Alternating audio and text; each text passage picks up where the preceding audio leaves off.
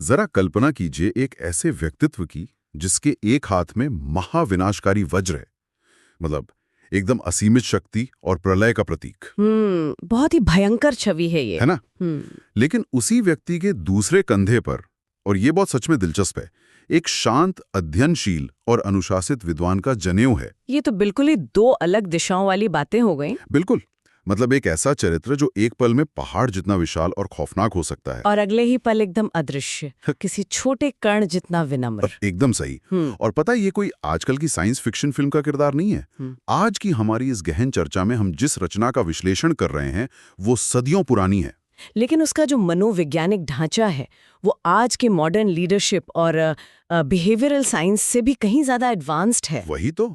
और इसीलिए आज का हमारा ये डीप डाइव बहुत ही खास होने वाला है। हमारे पास जो स्रोत सामग्री है वो गोस्वामी तुलसीदास जी द्वारा रचित हनुमान चालीसा का एक बहुत ही विशेष अंश है। लेकिन हम इसे किसी पारंपरिक या सिर्फ एक धार्मिक पाठ के नजरिए से नहीं देखने वाले हैं। बिल्कुल नहीं। हमारा जो मुख्य उद्देश्य है वो इसके भीतर छिपे उस ब्लूप्रिंट को डिकोड करना है जो लीडरशिप, पावर डायनेमिक्स और इमोशनल इंटेलिजेंस की बात करता है। और एक बात साफ कर दूं कि हम पूरी चालीसा पर बात नहीं कर रहे हैं। हाँ, हमारे पास शुरुआत से लेकर सहस बदन तुमरो जस गावे असा कही श्रीपति तक का हिस्सा है, जो कि मतलब एक बहुत ही शानदार क्लिफहैंगर पर आकर रुक जाता है। और सच कहूं तो किसी भी टेक्स्ट का गहराई से अध्ययन करने का यही सबसे बेहतरीन तरीका है। जब हम उसके सिर्फ शाब्दिक अर्थ से थोड़ा आगे बढ़ते हैं ना, तो उसके असली मायने समझ आते हैं। एकदम सही।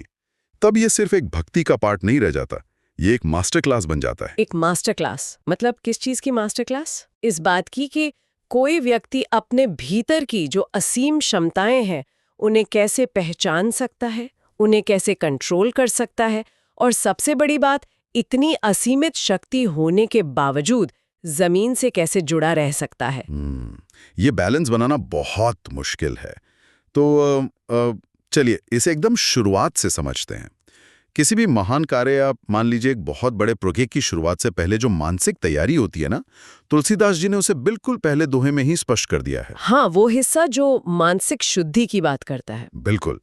टेक्स्ट की शुरुआत होती है, श्री गुरु चरण सरोज रज, निज मन मुकुर सुधारी, और उसके तुरंत बाद आता है, बुद्धिहीन तनु जानी के, सुमिरो पवन कुमार, बल बुद्धि विद्या देहु मोहि, हरु कलेश विकार। ये जो शुरुआत है ना, ये अपने आप में पूरी मनोविज्ञान की एक किताब है। अगर मैं इसे आज की भाषा में एक एनालॉजी के जरिए समझाऊं तो ये किसी बहुत ही भारी या कॉम्प्लेक्स सॉफ्टवेयर को रन करने से पहले कंप्यूटर का कैश या जंक फाइल्स क्लियर करने जैसा है। एकदम वही। निज मन मुकुर सुधारी का सीधा सा मतलब है अपने मन रूपी दर्पण को साफ करना। जाहिर है, जब तक शीशा साफ नहीं होगा उस पर कोई भी चित्र साफ नहीं दिखेगा। धूल से भरे शीशे में सच्चाई नहीं दिखती, सिर्फ एक धुंधलापन दिखता है। बिल्कुल। और यहाँ ये समझना बहुत जरूरी है कि ये धूल असल में है क्या, मतलब मानसिक स्तर पे हमारे मन का दर्पण गंदा कैसे होता है। टेक्स्ट में इसके लिए कलेश विकार शब्द आया है ना। हाँ। और मनोवैज्ञानिक नजरिए से देखें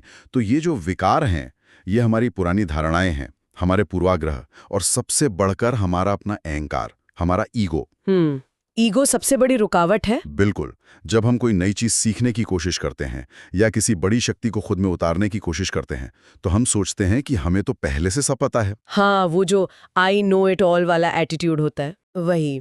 तो इस टेक्स्ट का जो पहला कदम है वो उस ईगो को पूरी तरह से शून्य कर देना है, जीरो पे ले आना। जब तक वो सिस्टम क्लीन नहीं होगा, कोई नया विचार या जैसा आपने कहा कोई नया सॉफ्टवेयर इंस्टॉल हो ही नहीं सकता। एक मिनट रुकिए, यहाँ ना मुझे एक बहुत बड़ा विरोधाभास दिख रहा है और मैं इस पे थोड़ी बहस करना चाहूंगा। हाँ, बताइए। इसी रचना में आगे चलकर जिस चरित्र को ज्ञान गुण सागर कहा गया है, मतलब जो ज्ञान और गुणों का एकदम अथाह समुद्र है, वही चरित्र, या यूं कहें कि उसकी वंदना करने वाला व्यक्ति, शुरुआत में खुद को बुद्धिहीन तनु जानी के क्यों कह रहा है? ये बहुत ही दिलचस्प सवाल है। मेरा मतलब है खुद को पूरी तरह से बुद्धिहीन या बेवकूफ मान लेना, क्या ये सिर्फ एक दिखावटी विनम्रता नहीं है? अगर कोई सच में ज्ञानी है तो खुद को इतना नीचा क्यों दिखाना? मैं समझ रही हूँ आप क्या कह रहे हैं, लेकिन ये कोई दिखावटी विनम्रता बिल्कुल नहीं है। तो फिर क्या है? दर्शन शास्त्र और मनोविज्ञान में इसे एम्प्टी कप या खाली प्याले का सिद्धांत कहा जाता है, जरा सोचिए, अगर एक प्याला पहले से ही चाय या पानी से एकदम लबालब भरा हुआ है, तो क्या आप उसमें एक बूंद भी और डाल सकते हैं? नहीं, वो तो छलक कर बाहर गिर जाएगा। बिल्कुल। तो खुद को बुद्धिहीन मानने का मतलब ये बिल्कुल नहीं है कि इंसान का आईक्यू कम है या उसके पास दिमाग नहीं है। अच्छा, तो इसका मतलब अपनी अज्ञानता स्वीकार करना है। एक तरह से हाँ, इसका गहरा अर्थ ये है कि वो व्यक्ति ये स्वीकार कर रहा है कि इस अनंत ब्रह्मांड के विशाल ज्ञान के सामने उसकी जो वर्तमान समझ है वो कुछ भी नहीं है। ओ, मतलब एक इंटेलेक्चुअल ह्यूमिलिटी। एकदम सही। बौद्धिक विनम्रता का चरम रूप। आज के समय में हम जिसे डनिंग क्रूगर इफेक्ट कहते हैं ना, जहां कम जानने वाले लोग खुद को बहुत बड़ा ज्ञानी समझते हैं। हाँ, आजकल तो हर कोई एक्सपर्ट है। वही तो, ये दोहा ठीक उसका उल्टा है। यहाँ व्यक्ति खुद को बुद्धिहीन मानकर शून्य पर ले आता है, क्योंकि जब वह खुद को खाली करेगा, केवल तभी वह उस बल, बुद्धि और विद्या को ग्रहण करने का असली अधिकारी बनेगा। सच में ये बहुत ही गहरा विचार है। मतलब कुछ भी नया सीखने की सबसे पहली शर्त ही यही है कि ये मान लिया जाए कि मुझे कुछ नहीं आता। बिल्कुल, ये एक तरह से अपने अहंकार की मृत्यु है, ईगो डेथ। और जब ये सफाई हो जाती है, जब ईगो खत्म हो जाता है, तब जाकर उस खाली जगह में जो ऊर्जा भरती है वो सच में असाधारण होती है। तो अब मन खाली हो गया है, लेकिन उस खालीपन में भरा क्या गया? यहीं पर यह स्रोत सामग्री एक बहुत ही चौंकाने वाला दृश्य पेश करती है। आप उनके शारीरिक स्वरूप वाले हिस्से की बात कर रहे हैं ना? हाँ, जैसे ही हम अगले हिस्से में जाते हैं, वहां में एकदम एक्सट्रीम कॉन्ट्रास्ट देखने को मिलता है। तुलसीदास जी के शब्द हैं, कंचन बरन बिराज सुबेसा, कानन कुंडल कुंचित केसा। एक बहुत ही सौम्य और आकर्षक छवि। बिल्कुल, सोने जैसा रंग, घुंघराले बाल, बहुत ही सुंदर।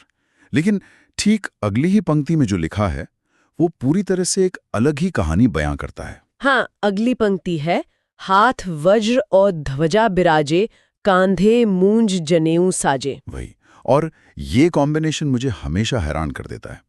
इसे थोड़ा विजुअलाइज करते हैं। एक तरफ हाथ में वज्र है। वज्र कोई साधारण हथियार नहीं है। बिल्कुल नहीं। माइथोलॉजी में वज्र को अंतिम और सबसे विनाशकारी हथियार माना गया है। मतलब जैसे आज के समय का कोई न्यूक्लियर वेपन हो, असीमित शक्ति और प्रलय का प्रतीक।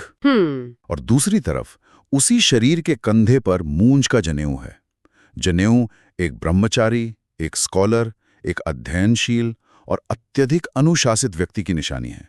ये तो बिल्कुल ऐसा हो गया कि एक खतरनाक कमांडो और एक शांत यूनिवर्सिटी प्रोफेसर दोनों एक ही व्यक्ति में समाये हुए हों। ये सुनना थोड़ा अजीब लग सकता है, लेकिन ये एक साथ कैसे मुमकिन है? मुमकिन ही नहीं है, बल्कि एक सच्चे लीडर के लिए ये अनिवार्य है। अगर हम इसे मनोविज्ञान और पावर के व्यापक संदर्भ से जोड़ें, तो ये असल में ताकत और अनुशासन के बीच का वो दुर्लभ संतुलन है जिसकी तलाश हर सिस्टम को होती है। ताकत और अनुशासन का संतुलन? हाँ, इतिहास गवाह है कि जब भी किसी के पास बिना ज्ञान और बिना अनुशासन के असीम ताकत आई है, उसने हमेशा विनाशी किया है। ये तो है, पावर करप्ट्स। बिल्कुल। इसीलिए उस वज्र को नियंत्रित करने के लिए उस जनेऊ का होना बहुत जरूरी है। अच्छा, यानी शक्ति के ऊपर बुद्धिमत्ता का ब्रेक लगाना। बहुत ही सटीक उदाहरण दिया आपने, शक्ति का ब्रेक। जरा आगे की पंक्तियों पर गौर कीजिए। ये रचना उन्हें महावीर विक्रम बजरंगी कहती है, मतलब एक महान योद्धा, और शंकर सुवन केसरी नंदन यानी शिव के अवतार। इतनी विशाल शक्ति। हाँ, लेकिन इस पूरी शक्ति को जो चीज सही दिशा देती है वो है अगली पंक्ति, विद्यावान गुणी अति चातुर। मतलब वे केवल ताकतवर नहीं है। नहीं, वे विद्या से परिपूर्ण हैं और बहुत चतुर हैं। अगर केवल वज्र होगा तो वो इंसान में अहंकार लाएगा और वो हर छोटी बात पर तबाही मचाएगा। और अगर केवल जनेऊ होगा तो शायद दुनिया की बुराइयों से लड़ने की वो प्रचंड क्षमता नहीं होगी, वो एक्शन ओरिएंटेड ड्राइव नहीं होगी। एकदम सही पकड़े हैं आप। इसलिए वे केवल अतुलित बलधामा नहीं है, मतलब असीम शक्ति के स्वामी तो हैं, लेकिन उस शक्ति को किस दिशा में इस्तेमाल करना है इसके लिए वे चातुर भी हैं। चतुर है। हाँ, ज्ञान उस शक्ति को एक रिस्पॉन्सिबल हथियार बनाता है। तो ये शक्ति और विद्या का एक परफेक्ट थ्योरेटिकल पैकेज हो गया। मतलब कागज पर तो ये बहुत अच्छा लगता है कि हाँ भाई, किसी को शक्तिशाली भी होना चाहिए और बुद्धिमान भी। लेकिन ये संतुलन व्यवहारिक दुनिया में काम कैसे करता है? जब असल जिंदगी में एक्शन की बात आती है, जब कोई बड़ा क्राइसिस सामने होता है, तो ये सब कैसे दिखता है? टेक्स्ट में इसके बाद जो हिस्सा है वो इसी सवाल का जवाब देता है। हाँ, उनके विभिन्न रूपों का जो वर्णन है, सच कहूं तो वो मुझे किसी शेप शिफ्टर की याद दिलाता है। शेप शिफ्टर मतलब आप किस संदर्भ में कह रहे हैं? मेरा मतलब है कोई ऐसा व्यक्ति जो हालात के हिसाब से अपना आकार, अपना व्यवहार या अपनी पूरी अप्रोच ही बदल ले। क्योंकि इन पंक्तियों में जो वैरायटी है ना, वो चौंकाने वाली है। बिल्कुल, अलग अलग परिस्थितियों के लिए अलग अलग रूप। जैसे टेक्स्ट कहता है, सूक्ष्म रूप धरी सियही दिखावा। मतलब जब वे सीता जी के सामने जाते हैं तो वे एक अत्यंत सूक्ष्म, बहुत ही छोटा और अदृश्य सा रूप ले लेते हैं। और फिर अगली पंक्ति है, विकट रूप धरी लंक जरावा।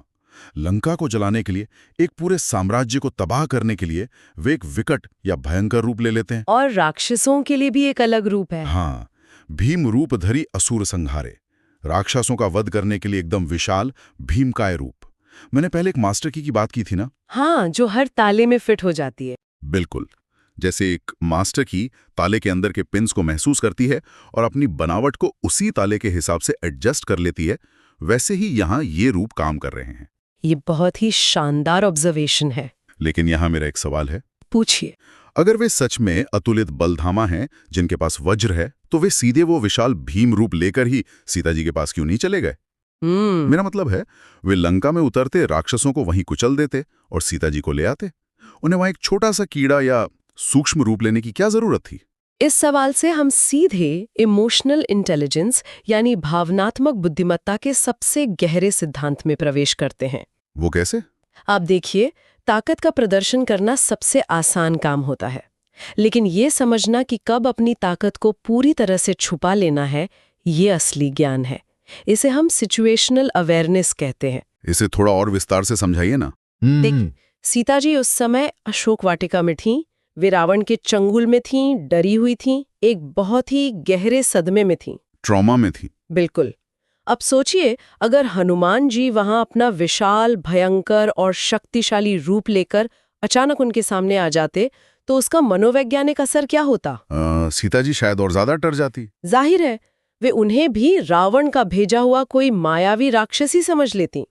उस विशिष्ट परिस्थिति में शक्ति या बल की कोई आवश्यकता थी ही नहीं। वहां एक अलग अप्रोच चाहिए थी। हाँ, वहां जरूरत थी सहानुभूति की, कोमलता की और उनका विश्वास जीतने की। इसलिए उन्होंने वो सूक्ष्म रूप लिया, एक ऐसा रूप जो कोई खतरा पैदा न करे। ये ईक्यू का चरम है। अरे वाह, ये तो बहुत ही शानदार एंगल है। मतलब शक्ति होने का अर्थ ये बिल्कुल नहीं है कि आप हर जगह उसे थोपते फिरे। बिल्कुल नहीं। और फिर जब बात लंका को जलाने की आई, तो लंका क्या थी? लंका एक अत्याचारी साम्राज्य के अहंकार और आतंक का प्रतीक थी। वहां विनम्रता काम नहीं आती। एकदम सही, वहां विनम्रता या सूक्ष्म रूप का कोई मतलब नहीं था। वहां उस सिस्टम के अंदर खौफ पैदा करना था, एक मनोवैज्ञानिक युद्ध जीतना था। Psychological warfare. हाँ, इसलिए वहां वो विकट रूप आवश्यक था। और जब सीधे रणभूमि में युद्ध की बात आई, जहां बुराई का शारीरिक रूप से खात्मा करना था, वहां उन्होंने भीम रूप धारण किया। लेकिन कुछ लोग इसे मैनिपुलेशन भी कह सकते हैं कि आप हर इंसान के सामने अलग रूप धारण कर रहे हैं, मतलब एक तरह से अपना रंग बदल रहे हैं। नहीं, मैनिपुलेशन में स्वार्थ छिपा होता है। यहाँ जो हो रहा है वो एक बहुत बड़े उद्देश्य के लिए खुद को ढालना है। स्रोत में एक बहुत ही खूबसूरत पंक्ति है, कुमति निवार सुमति के संगी। इसका क्या अर्थ है? यानी जो कुमति मतलब बुरी बुद्धि या नकारात्मकता, उसका निवारण करते हैं, और सुमति यानी अच्छी बुद्धि या सही विवेक के साथी हैं। ये जो अलग अलग रूप धारण करना है ना, ये असल में वही सुमति है। ये जानना कि आपके पास वज्र है, लेकिन ये भी समझना कि हर समस्या कोई कील नहीं है जिसे वज्र के प्रहार से ही ठोका जाए। बहुत खूब। ये एक ऐसी नेतृत्व क्षमता है जो बिना किसी निजी स्वार्थ के काम करती है, जैसा कि अगली ही पंक्ति में है, राम काज करीबे को आतुर। मतलब वो हमेशा काम करने के लिए तत्पर रहते हैं। हाँ, एक्शन लेने के लिए हमेशा तैयार, लेकिन हमेशा सही विवेक यानी सुमति के साथ। ये विश्लेषण ना सच में बहुत कुछ साफ कर देता है। तो हमने देखा कि पहले मन की शुद्धि हुई, फिर शक्ति और विद्या का संतुलन बना, और फिर उस संतुलन को इमोशनल इंटेलिजेंस के जरिए अलग अलग सिचुएशंस में लागू किया गया। बिल्कुल, एक स्टेप बाय स्टेप प्रोसेस। अब सवाल ये उठता है कि जब कोई व्यक्ति इतनी शुद्धता, इतने अनुशासन और इतनी चतुराई के साथ काम करता है, तो उसका अंतिम परिणाम क्या होता है? ये स्रोत सामग्री हमें उस दिशा में भी ले जाती है। और वो जो अंतिम परिणाम है ना, हाँ। वो शायद इस पूरे टेक्स्ट का सबसे भावुक और शक्तिशाली क्षण है। हाँ। हम बात कर रहे हैं उस हिस्से की जहां वे संजीवनी बूटी लेकर आते हैं। टेक्स्ट कहता है, लाए सजीवन लखन जियाए, श्री रघुवीर हर्षि उरलाए। लक्ष्मण जी के प्राण बच जाते हैं और भगवान राम उन्हें खुशी से अपने हृदय से लगा लेते हैं। लेकिन असली बात इसकी ठीक बाद वाली पंक्ति में है। हाँ। रघुपति कीनी बहुत बड़ाई, तुम मम प्रिय भरतई सम भाई। राम जी उनकी प्रशंसा करते हुए कहते हैं कि तुम मुझे मेरे भाई भरत के समान ही प्रिय हो। मैं जब भी इस पंक्ति को पढ़ता हूं ना, तो मुझे लगता है कि ये कोई साधारण तारीफ नहीं है। राम का हनुमान को भरत के समान बताना, इसके पीछे की साइकोलॉजी क्या है? ये केवल तारीफ नहीं है, ये किसी भी लीडर या मार्गदर्शक द्वारा दी जा सकने वाली सर्वोच्च उपाधि है। Supreme recognition. ऐसा क्यों? अगर हम उस युग के संदर्भ को देखें, तो भगवान राम के लिए भरत केवल एक नाम नहीं था। भरत प्रेम, त्याग और निस्वार्थ समर्पण की सबसे बड़ी कसौटी थे। हाँ, भरत वे भाई थे जिन्होंने राम के लिए एक पूरे साम्राज्य को ठुकरा दिया था। बिल्कुल। और एक तपस्वी का जीवन जिया था। यानी भरत राम के लिए एक बेंचमार्क थे, एक स्टैंडर्ड थे। एकदम सही। और जब राम कहते हैं कि तुम मम प्रिय भरत ही सम भाई, तो वे असल में क्या कर रहे हैं? वे हनुमान जी को एक सेवक, एक दूत या एक सेनापति के दर्जे से उठाकर सीधे अपने परिवार के दर्जे में स्थापित कर रहे हैं, अपने हृदय के सबसे पवित्र हिस्से में। हाँ, वे बता रहे हैं कि रक्त संबंध, ब्लड रिलेशन से भी बड़ा कर्म और समर्पण का संबंध होता है। क्या बात है! ये दर्शाता है कि जब सेवा निष्काम होती है, जब काम में कोई कलेश विकार नहीं होता, तो वह व्यक्ति को सर्वोच्च सत्ता के भी बराबर या उनके सबसे प्रिय के दर्जे तक पहुंचा देती है। और यहीं पर आकर हमारा जो आज का स्रोत पाठ है, जो हमारी सोर्स मटेरियल है, वो एक बहुत ही सिनेमैटिक और रहस्यमयी मोड़ पर खत्म होती है। वो क्लिफहैंगर जिसकी हमने शुरुआत में बात की थी। हाँ, राम जी की उस बात के ठीक बाद तुलसीदास जी लिखते हैं, सहस बदन तुमरो जस गावें, अस कही श्रीपति। और बस यहाँ हमारा अध्ययन के लिए चुना गया टेक्स्ट समाप्त हो जाता है। एकदम अचानक। बिल्कुल, किसी फिल्म के उस सीन की तरह जहां कैमरा धीरे धीरे पीछे जाता है और स्क्रीन अचानक काली हो जाती है। Fade to black. ये एक बहुत ही सुंदर लिटरेरी डिवाइस है, साहित्यिक युक्ति। सहस बदन का अर्थ है हजारों मुख वाले, जो आमतौर पर पौराणिक कथाओं में शेषनाग के लिए उपयोग होता है, जो पृथ्वी को धारण करते हैं। और श्रीपति भगवान विष्णु या राम के लिए कहा गया है, यानी भगवान स्वयं हनुमान जी से कह रहे हैं कि हजारों मुखों वाले शेषनाग भी तुम्हारा यश गाते हैं। और ऐसा कहते हुए श्रीपति ने उन्हें गले लगा लिया। और दृश्य यहीं ठहर जाता है। बिल्कुल। इसका अर्थ ये हुआ ना कि जिस व्यक्ति ने अपनी शुरुआत खुद को बुद्धिहीन कह के की थी, जो हमेशा दूसरों के काम करने को आतुर रहा, वो अपने कर्मों से इतना महान हो गया कि स्वयं ईश्वर उसकी महिमा का गान कर रहे हैं। जी हाँ, जो व्यक्ति बिना किसी स्वार्थ के रामचंद्र के काज सवारे, मतलब बड़े उद्देश्यों को पूरा करता है, वो इतनी ऊंचाई पर पहुंच जाता है कि अनंत काल तक उसकी प्रशंसा की जाती है। ये सच में अहंकार के शून्य होने का सबसे बड़ा इनाम है। यही इस पूरे टेक्स्ट का सार है। ये सच में रोंगटे खड़े कर देने वाला सफर है। तो अगर हम इन सारे बिखरे हुए धागों को एक साथ पिरोएं, तो एकदम स्पष्ट हो जाता है कि ये रचना केवल एक धार्मिक स्तुति नहीं है। बिल्कुल नहीं। ये एक ऐसा मनोवैज्ञानिक ब्लूप्रिंट है जो हमें बताता है कि असीमित शक्ति और ज्ञान को कैसे संभाला जाए। और आज के इस इंफॉर्मेशन ओवरलोड के युग में ये केस स्टडी और भी ज्यादा प्रासंगिक हो जाती है। हाँ, आज तो डेटा और ज्ञान हर किसी की उंगलियों पर है। वही, एक तरह से देखा जाए तो हम सबके पास वज्र है, लेकिन सवाल ये है कि क्या हमारे पास उस जनेऊ का अनुशासन है? क्या हमारे पास वो सुमति है? यह एक ऐसा सवाल है जो हर प्रोफेशन और हर व्यक्ति पर लागू होता है, क्योंकि जीवन में अक्सर ऐसे मोड़ आते हैं जो हमारी अपनी लंका होते हैं, जहां हमें डटकर मुकाबला करना होता है। हाँ, जहां विकट रूप लेना होता है, और हमारी अपनी सीता जैसे क्षण भी होते हैं, वे नाजुक पल जहां हमें गहरी करुणा, सूक्ष्मता और सहानुभूति दिखानी होती है। बिल्कुल। मतलब केवल जानकारी का अंबार लगा लेना काफी नहीं है। उस जानकारी का विद्यावान गुणियती चातुर की तरह सही समय और सही जगह पर उपयोग करना ही असली चुनौती है। और ये सब तभी संभव है जब वो पहली शर्त पूरी हो। कौन सी? जब मन का दर्पण साफ हो और सीखने की भूख कभी खत्म ना हो। अरे वाह, उस सीखने की भूख से मुझे इस टेक्स्ट की एक और बहुत ही खास पंक्ति याद आ रही है, कौन सी पंक्ति? जिस पर अभी तक हमने चर्चा नहीं की है, लेकिन वो शायद इस पूरे डीप डाइव का सबसे बड़ा टेक अवे हो सकता है। हमने देखा कि यह चरित्र अतुलित बल का स्वामी है। वो इतना बुद्धिमान और चतुर है कि तीनों लोकों में प्रसिद्ध है, तिहूं लोक उजागर। उसने ऐसे काम किए हैं कि स्वयं भगवान उसका यश गा रहे हैं। उसने सब कुछ पा लिया है, बिल्कुल सर्वोच्च शिखर पर है। लेकिन इतना सब होने के बावजूद इसी रचना में उनके बारे में एक लाइन कही गई है, प्रभु चरित्र सुनिबे को रसिया। प्रभु चरित्र सुनिवे को रसिया, ये एक बहुत ही प्रोफाउंड स्टेटमेंट है। जरा इस पर विचार करें। इसका अर्थ है कि वे लगातार हमेशा अपने मार्गदर्शक की कहानियां, उनके चरित्र और ज्ञान की बातें सुनने में रस लेते हैं, उसमें आनंदित होते हैं। सुनने में आनंद। सोचिए, जिस व्यक्ति के पास ब्रह्मांड की सारी शक्ति है, जो ज्ञान का सागर है, वो अब भी मंच पर जाकर बोलने के बजाय सबसे आगे की पंक्ति में बैठकर बस सुनना चाहता है। वो एक रसिया है, सुनने का शौकीन। तो ये अंत में क्या सिखाता है? क्या ज्ञान की पूर्णता या जीवन की सबसे बड़ी उपलब्धि इसी बात में है कि इंसान कितना भी बड़ा क्यों ना हो जाए, उसके पास कितनी भी शक्ति क्यों ना आ जाए, उसे हमेशा एक विद्यार्थी, एक श्रोता बने रहना चाहिए? शायद यही असली ज्ञान है। क्या अपने मन मुकुर को साफ रखने का और खुद को ईगो से बचाने का यही एकमात्र तरीका है कि हम कभी खुद को ज्ञान से भरा हुआ न माने और हमेशा सुनने के लिए आतुर रहें? ये सोचने पर मजबूर कर देता है। ये सच में एक ऐसा विचार है जो किसी को भी अपने नजरिए पर दोबारा सोचने को मजबूर कर सकता है। तो आज के हमारे इस डीप डाइव में बस इतना ही। सीखते रहें, सुनते रहें और अपने मन के दर्पण को हमेशा साफ रखें।